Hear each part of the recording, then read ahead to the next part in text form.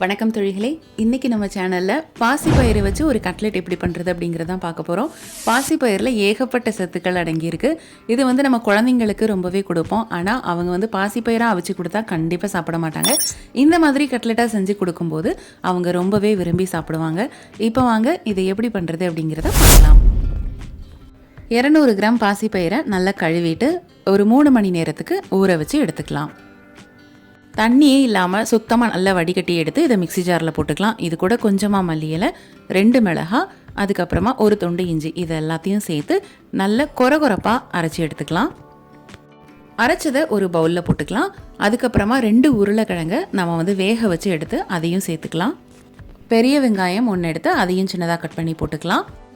கொஞ்சமாக மல்லி இலை, அதுக்கப்புறமா 1 டீஸ்பூன் அளவுக்கு கடலை மாவு, 1/4 டீஸ்பூன் அளவுக்கு மிளகாய்த்தூள், 1/4 டீஸ்பூன் அளவுக்கு சீரகத்தூள், 1 டீஸ்பூன் அளவுக்கு கறி மசாலா பவுடர், அதுக்கப்புறம் தேவையான அளவு உப்பு, இது எல்லாத்தையுமே நல்லா மிக்ஸ் பண்ணி எடுத்து வச்சுக்கலாம்.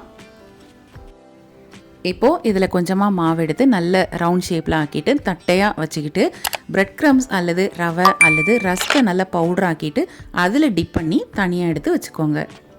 இந்த மாதிரி மொத்தமாக தட்டி எடுத்து வச்சுக்கோங்க. அதுக்கப்புறம் ஒரு பேனில் கொஞ்சமாக எண்ணெய் ஊற்றிட்டு இது எல்லாத்தையும் மொத்தமாக போட்டு எடுத்துக்கலாம்.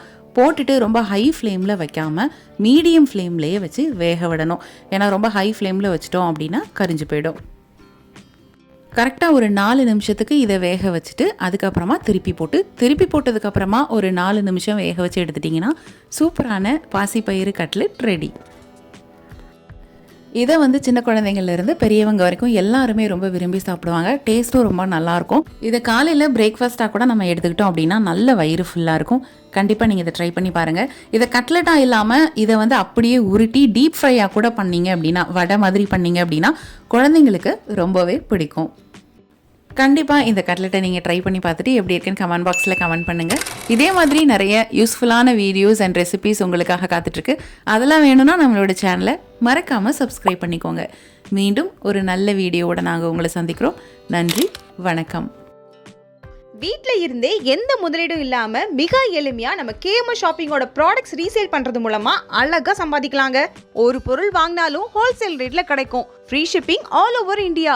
அது மட்டும் இல்லை, வேர்ல்டு வைட் ஷிப்பிங் ஃபெசிலிட்டிஸும் இருக்குது. கூடவே ரீசேல் பண்ணுற டெக்னிக்ஸும் சொல்லி கொடுத்து கைட் பண்ணுவாங்க. அப்புறம் என்னங்க, ஸ்க்ரீனில் டிஸ்பிளே ஆகிற 9344527437 அப்படிங்கிற நம்பருக்கு வாட்ஸ்அப் பண்ணுங்க. கூடவே இதை ஸ்க்ரீன்ஷாட் எடுத்து அனுப்புனா வெல்கம் போனஸ் 50 ரூபீஸும் உண்டு. ஸோ மிஸ் பண்ணாமல் நம்பர் நோட் பண்ணிக்கோங்க.